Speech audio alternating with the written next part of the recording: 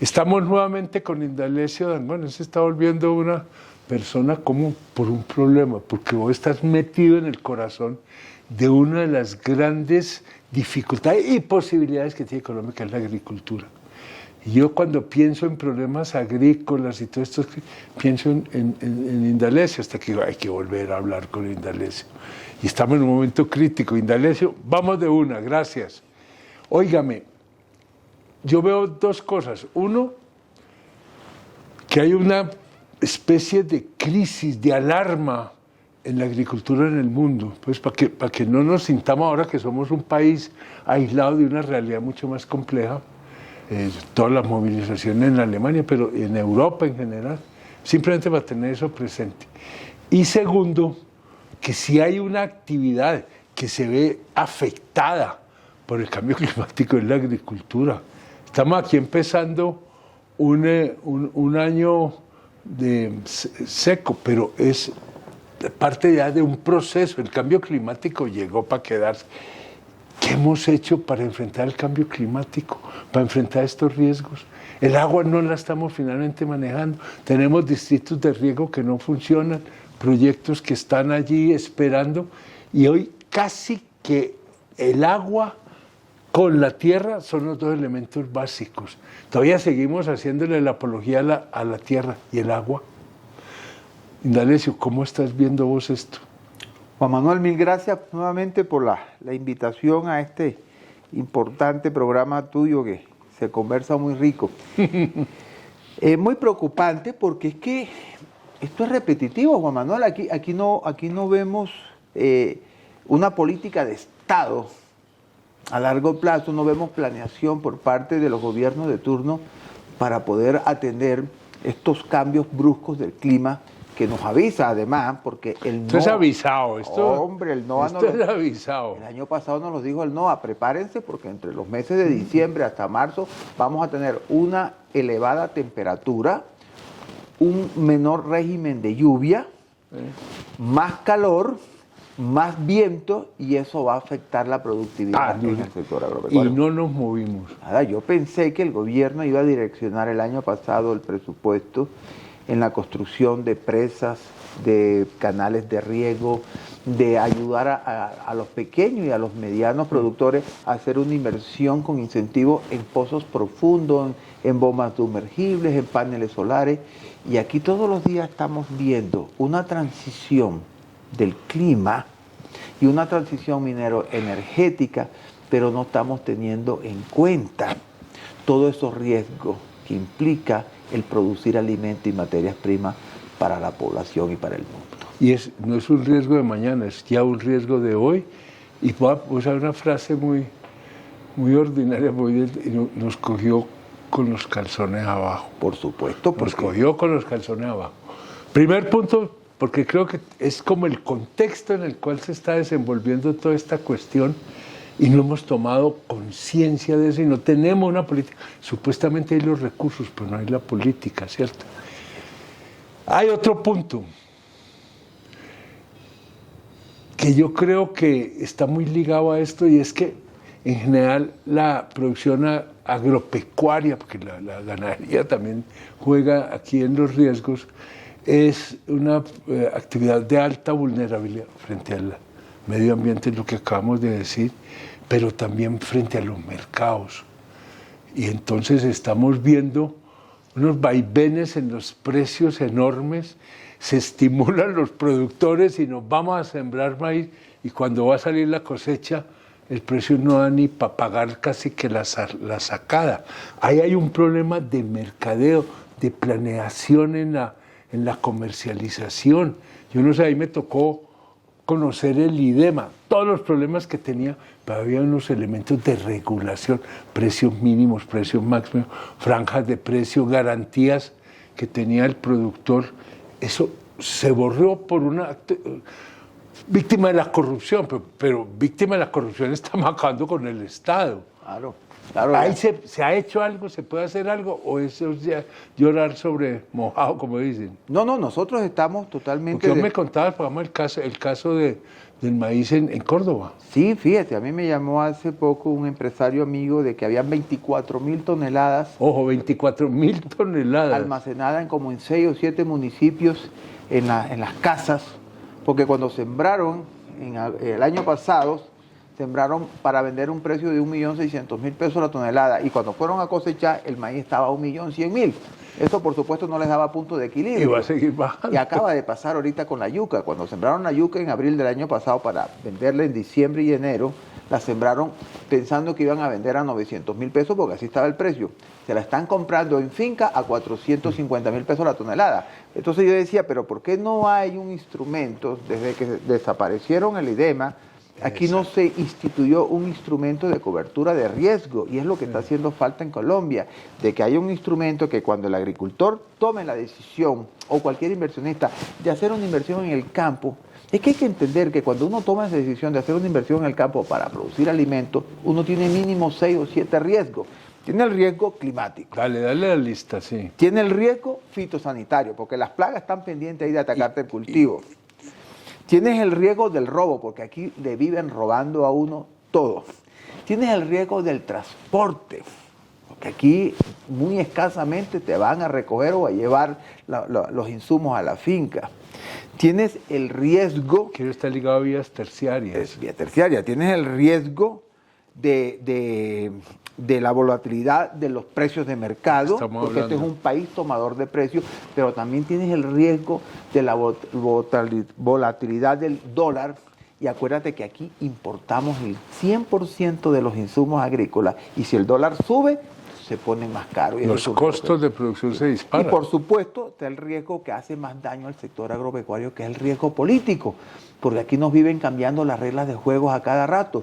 Nosotros tenemos un mercado tranquilo y de un momento a otro nos dicen, no, es que a partir de mañana el Congreso aprobó y el gobierno un tratado de libre comercio, y a partir de mañana ya pueden entrar el maíz, la papa, la yuca con 0 arancel, y no nos han preparado a nosotros para enfrentar esa competitividad agresiva de los gobiernos de los países desarrollados como la Unión Europea. Que sí protegen a su agricultura, que sí tienen los subsidios y tienen las políticas de estabilización. Exactamente. Entonces, Juan Manuel, por lo menos un instrumento que se llama cobertura de precios, que es muy fácil de instituir, es simplemente decirle a la Bolsa Mercantil de Colombia, óigame, yo gobierno, voy a instituir un mecanismo de cobertura de precios. El que siembre maíz, el que siembre arroz, el que siembre maíz, tiene derecho ya a comprar una cobertura a precio futuro.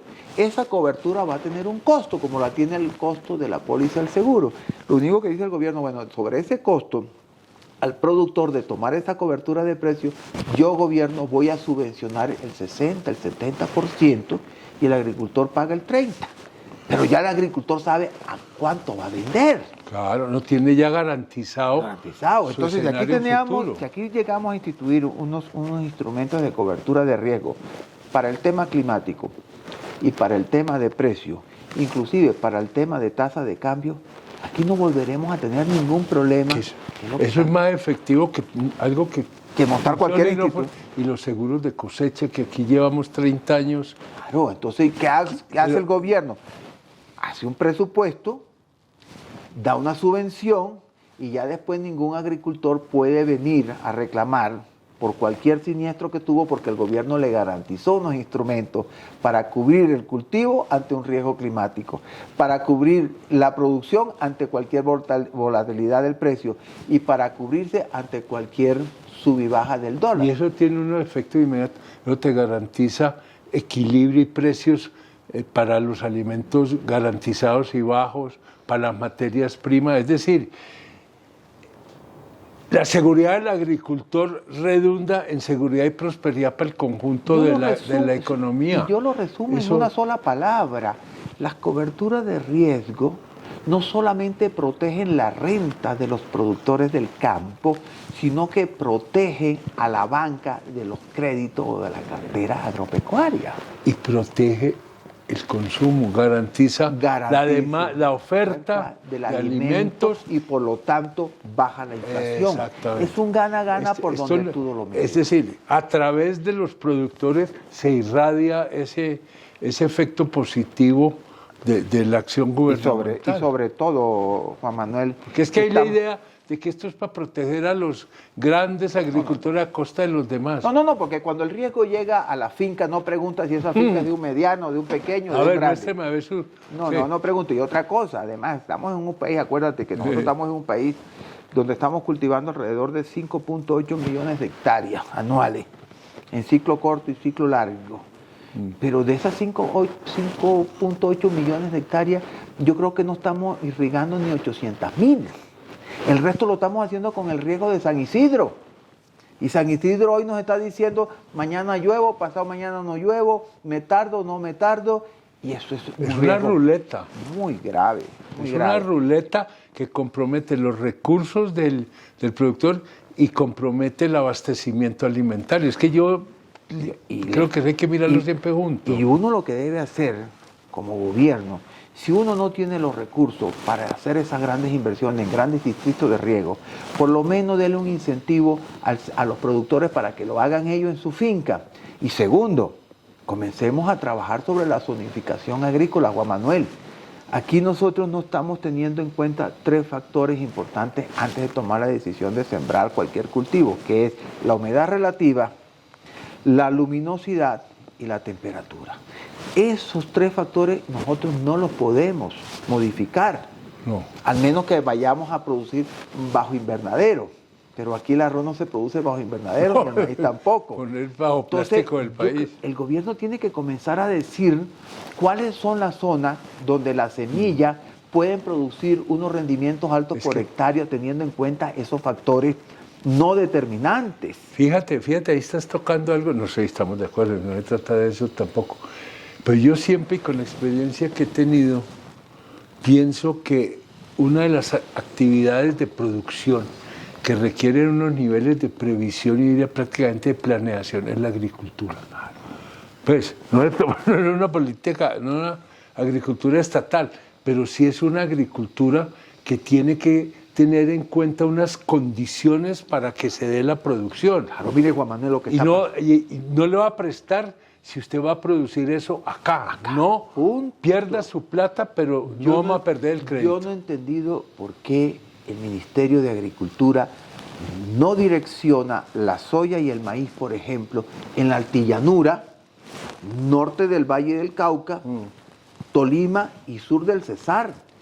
Si ahí es donde se dan las condiciones agroecológicas para tener más de 8 toneladas por hectárea. Y ahí fue donde en su momento sembramos estos cultivos, porque es que Colombia llegó a tener esa zona agrícola antes de la apertura y antes de todas estas cosas. Mire, los menonitas, sí, Mónica Semilla, La Facenda y 4 empresas grandes de la altillanura están cogiendo más de 9 toneladas por hectárea en maíz amarillo y en maíz blanco en la altillanura. Esto es Puerto Gaitán, toda esa zona, incluyendo ya el Bichada, una parte. Ya bajaron, se metieron a la sabana. Ya hay una semilla colombiana de semillano que está dando 8 y 9 toneladas de arroz en Casanare, porque están encontrando las condiciones agroecológicas que se adapten a la semilla. Y entonces, ¿por qué el gobierno no ha zonificado el país para que no estemos como el comercial de las viviendas en el lugar equivocado? Es que ese es un tema. Eso es absolutamente y ya con cierto. solamente zonificar, Juan Manuel, el gobierno está reduciendo en gran medida el riesgo del agricultor y del productor. Porque al final del día uno puede manejar las fluctuaciones del precio con buen rendimiento por hectárea. Pero también hay que hacer las vías, porque si a mí me da que el Bichada, el Casanare y el Meta por allá son los lugares para sembrar el maíz y la soya de este país, hay que hacer las vías de penetración y de comunicación. Y no le queda la cosecha y poderla sacar, pues. Sí, y es para allá donde debemos apostarle. Entonces fíjate que es una política integral. Integral. No es solamente el problema de tierra, no es solamente el problema de crédito, es un problema de tecnología, de mercado, de infraestructura, de agua, de riego. todo ese conjunto que no lo manejamos. La tierra per se no sirve para hacer nada. La tierra no, para lo comen las lombrices. Si nosotros no tenemos en Colombia una política de Estado, óyeme bien, en transferencia de conocimientos, transferencia de paquetes tecnológicos, importación, ya está bueno, Juan Manuel, yo te voy a decir, yo no sé si vas a estar de acuerdo conmigo, pero yo creo que nosotros debemos de abrir las compuertas a la importación de semillas, porque yo veo a Agrosavia muy quedado. Agrosavia se mete en una investigación y pasan 8 años y cuando quiere sacar la semilla ya hay 3 semillas en el mundo que rinden el doble de lo que sacó Agrosavia. Entonces tenemos que abrir la puerta a la biotecnología, tenemos que apoyar mucho con recursos del Estado, con créditos a 12 años, la compra de maquinaria. Hay que tecnificar todos los cultivos y hay que decirle a todos los agricultores del país que el gobierno exige de que haya rotación de cultivos. Si nosotros no comenzamos a hacer rotación de cultivos, vamos a seguir siendo ineficientes en este país. Si usted en el primer semestre sembró maíz amarillo, siembra en el segundo algodón o siembra arroz para que vaya lo que se hace en las agriculturas del mundo. Y si nosotros con solamente... Pero eso requiere política. Política. Eso requiere política manejo territorial. Y gerencia. Y gerencia pública y privada. Mira, Juan Manuel, yo estoy aterrado, pero lo que he visto últimamente es que los ministros de Agricultura duran menos que un cultivo de cebolla. Es muy difícil. Colombia históricamente ha mantenido un récord de ministro por año. Se creó el Ministerio de Agricultura. En este gobierno ya vamos a tener 3 ministros y hay cambio la otra semana. Y suena para el cuarto, sí. En menos de 18 meses. No, así no puede ser. Eso no se puede. Así no puede ser, así no puede ser. Sí. Entonces, no, yo sí creo que, en resumen, Juan Manuel, este tema del fenómeno del niño tiene esta vez que hacer tomar conciencia al gobierno, a los dirigentes gremiales, que aquí hay que pensar ya en una política de Estado para poder contrarrestar todos los riesgos que tiene el productor del campo. Y que cada vez van a ser mayores con el famoso cambio climático, entre otras. Así es. Ole, ¿y vos cómo estás viendo los gremios activos, muy desaparecidos? Totalmente ausentes. Yo tengo la impresión y estuve en el mundo gremial. No, eso se volvió una burocracia horrible. Pero no suenan... Para nada. Ni para bien ni para mal, como dicen. Y las veces que hacen algún pronunciamiento es sobre propuestas mediáticas que no tienen ningún impacto en la productividad. Pero desconectaron con la realidad de la producción. Completamente. Y en las regiones ya los gremios... No, se dedicaron fue a administrar los fondos para fiscales. A más nada. Mientras los gremios están ricos, los productores están pobres. Estoy de acuerdo. Hay que decirlo claramente. Estoy de acuerdo. Ahí van de un amigo a brincar, pero es la verdad. Es la verdad. Es la verdad, perdóneme. Yo creo que los gremios se instituyeron para defender los intereses de sus afiliados, de sus productores, y no lo están haciendo. Y para lograr hacer el diálogo entre la política pública y las acciones gremiales. Tienen que haber puentes entre el productor y el Estado, que no puede ser el Estado por un lado, el productor por el otro, en un sálvese quien pueda. Y ese puente no está trazado en este momento. No, está roto, está quebrado. Está roto, está roto. Yo no lo Fue estoy débil, pero hoy parece que fuera un puente en Ucrania o en Gaza. Voló. Ayer me contaba un amigo que el 95% de toda el área de la papa que se siembra en Boyacá, Cundinamarca, Antioquia y Nariño, se hace con semilla de contrabando. Imagínate. Es que eso no puede ser. Hay que poner la realidad sobre la mesa, ¿cierto? Imagínate. Uno cuando siembra con semilla que no es certificada, pues va a tener... Y además este país llegó a tener investigación, Carimagua en su momento, en Palmira. Entonces, ahí te pongo un solo ejemplo de Fedepapa. ¿Qué está haciendo Fedepapa para poder aumentar los rendimientos y bajar los costos? Nada, yo no lo veo. No lo veo. No. Pero los productores iban buscando su lado y el colombiano no se deja atrancar, va buscando, entonces vamos generando aún más ilegalidad. No, Juan Manuel. No, vea, el tema no se acabó, el problema no lo resolvimos, pero el tiempo sí se nos agotó. Sigamos hablando porque este tema es central. Tiene que ver con la paz, tiene que ver con el cambio climático, tiene que ver con la alimentación, con la inflación. Es un tema crucial. Sí, ahora, crucial, y ese es echamos el discurso, pero no hacemos nada. y ese es el mensaje que yo dejo de esta conversación. El gobierno tiene que concentrarse en instituir unos instrumentos de cobertura de la renta de los productores del campo. Trabajar a cielo abierto con todos estos riesgos no es fácil, y aquí necesitamos en estos momentos ser productivos y tener la oferta de alimentos para 52 millones de colombianos. Tú lo has dicho, Indalecio, muchas gracias. A ti. Vamos para adelante.